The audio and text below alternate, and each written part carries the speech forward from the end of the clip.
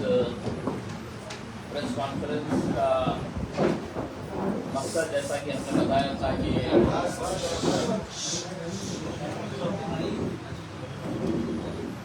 Political development खासतौर से महाराष्ट्र के अंदर आने वाले 2-3 महीनों के अंदर मजलिस इत्तेहादुल मुस्लिमीन का क्या प्लान ऑफ एक्शन रहेगा, इन सब बातों को आपसे शेयर करने के लिए यहाँ पर हम आए हुए हैं। इससे पहले कि मैं आज की प्रेस कॉन्फ्रेंस एक बात मैं पहले आप लोगों को बताना चाहता हूँ कि हमने अपने तौर के ऊपर इंडिया अलायंस के साथ हमने अलायंस की पेशगी की है। हमने कहा है कि अगर भारतीय जनता पार्टी को दूर रखना है, और अब तो एकनाथ शिंदे साहब की शिवसेना जिस तरीके का रोल प्ले कर रही है हमारे साथ, अब हमारे नबी करीम सल्लल्लाहु अलैहि वसल्लम के खिलाफ भी जिस तरीके से बयानबाजी चल रही है, और उसकी तायीद करने के लिए मुख्यमंत्री खुद आते हैं और उनकी पीठ पर दबाते हैं, तो सोचिएगा आप कि हम किस तरफ जा रहे हैं, हमें किस तरीके से हमारे साथ खेला जा रहा है। ये प्रपोजल हमने लोकसभा के इलेक्शन के टाइम पे भी दिया था, लेकिन उनकी तरफ से कोई प्रतिसाद आया नहीं था। अभी फिलहाल हमने दोबारा और आज फिर से एक मरतबा आपके ज़रिए हम ये पैगाम ये तीनों पार्टीज़ को देना चाहते हैं, शरद पवार साहब को, कांग्रेस को और शिवसेना को, कि हमें अगर भारतीय जनता पार्टी को दूर रखना है तो कहीं ना कहीं हमें भी कुछ समझौते करने पड़ेंगे। लेकिन अभी तक इनका कोई ये नहीं आया, एक रिस्पॉन्स नहीं मिला है। हालांकि नीचे स्तर के ऊपर बहुत सारे लोग ये चाहते हैं कि हर तरह का गठजोड़ करके भारतीय जनता पार्टी और एकनाथ शिंदे, अजित पवार को सत्ता से दूर रखा जाए। अभी बम्बई की यूनिट के ताल्लुक से आप लोग अच्छी तरीके से जानते हैं, 15 अगस्त के दिन एक बहुत अच्छी तिरंगा रैली यहाँ पर हमारे मुंबई के जो सदर है भैया साहब, उन्होंने निकाले थे। बहुत कामयाब रैली तो रही थी, और आपने देखे होंगे वीडियो के अंदर, आइए भैया साहब, वीडियो के अंदर पूरे बम्बई के अंदर इतना बड़ा माहौल तैयार किया गया था भैया साहब के जरिए कि तिरंगा रैली बहुत ही कामयाब तरीके से, मैंने खासतौर से भैया साहब को मुबारकबाद दिया फोन करके कि एक बहुत अच्छा एक मैसेज उससे गया है। आज के दौर के अंदर जब लोग शक की नज़र से हमें देखते हैं,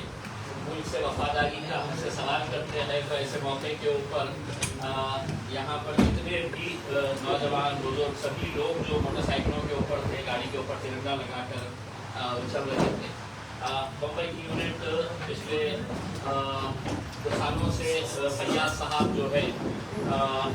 इसकी कमान संभाले हुए थे। अल्हम्दुलिल्लाह बहुत अच्छे तरीके से उन्होंने काम किए,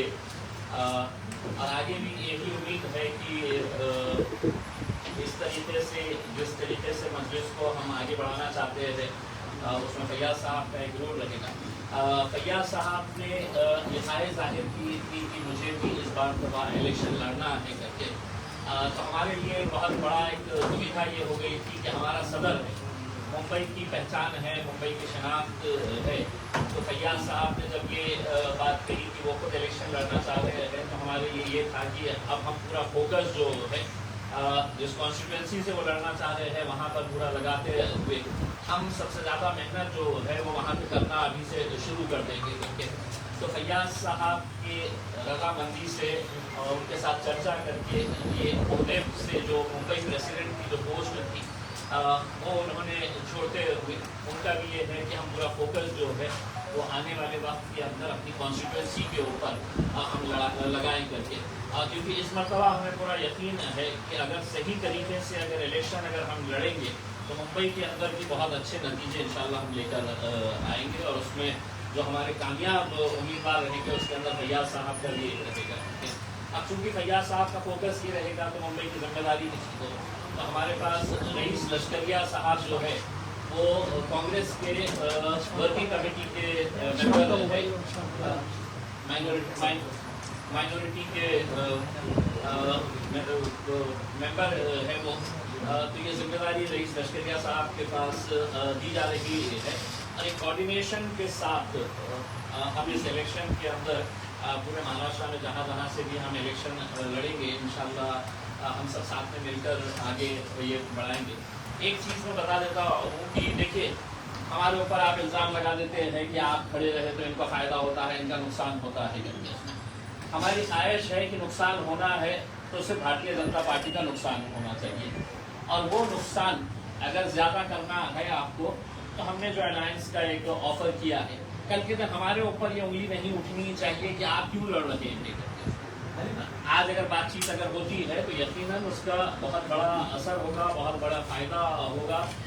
सभी को। तो इंशाल्लाह यही बात को लेकर अगले कुछ दिनों के अंदर असद साहब अपने तौर के ऊपर जहाँ पर भी जो भी कैंडिडेट्स लड़ेंगे, तो पार्टी का एक सिस्टम रहा है कि भले ही मैं महाराष्ट्र का सदर हूँ, अहमद बलाला साहब जो है वो हैदराबाद में एमएलए है मजलिस के, मुंबई की जिम्मेदारी भी आप देखे हैं पिछले 2-3 इलेक्शंस के अंदर। तो हमारा सिस्टम रहा है कि सदर होने के बावजूद भी ये इख्तियार मैं इस्तेमाल नहीं करता हूँ, कि इख्तियार हमारे पार्टी के सदर बैरिस्टर असदुद्दीन अवैसी साहब का ही है, और वो अगले कुछ दिनों के अंदर जो कैंडिडेट्स अभी इमीडिएट हमारे को डिक्लेयर करने का है उसके अंदर में तो वो फॉरन उनके ट्वीट के ज़रिए, उनके लेटर के ज़रिए तो वो डिक्लेयर किया जाएगा। तो मैं चाहूँगा कि पहले तैयाब साहब अहमद बलाला साहब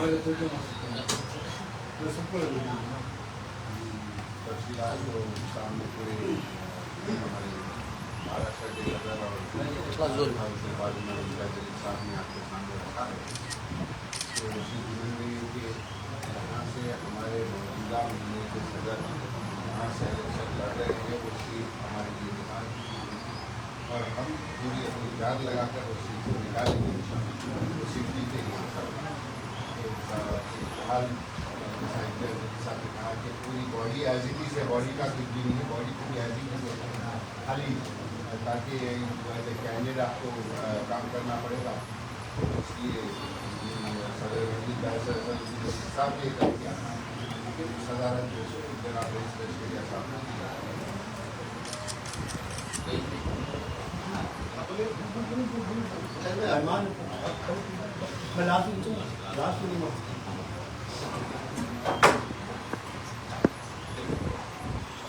सबसे पहले तो मैं मजलिस इत्तेहादुल मुस्लिमीन के जो सदर हैं हमारे असदुद्दीन ओवैसी साहब का मैं तहे दिल से शुक्रिया अदा करना चाहूँगा। साथ ही मैं अकबरुद्दीन ओवैसी साहब का भी शुक्रिया अदा करना चाहूँगा। महाराष्ट्र के अध्यक्ष हमारे इम्तियाज़ जलील साहब, हमारे इंचार्ज मुंबई के अहमद बलाला साहब, आप सभी लोगों का मैं शुक्रिया अदा करना चाहूँगा कि आप सभी लोगों ने मुझे इस लायक समझा कि मैं इस पोस्ट पे आके मुंबई का प्रभार संभालूँ मैं और मजलिस को आगे लेके चलूँ मुंबई में। जिस तरीके से लोकसभा के अंदर महाराष्ट्र में एक भी मुस्लिम उम्मीदवार नहीं दिया गया अघाड़ी की तरफ से, ना ही विधान परिषद के अंदर कोई मुस्लिम उम्मीदवार दिया गया, इससे हम लोगों को बहुत ठेस पहुंची है। और उसके बाद ही ये हमने नतीजा दिया कि अभी हमको मजलिस के साथ आगे बढ़ना पड़ेगा इंशाअल्लाह।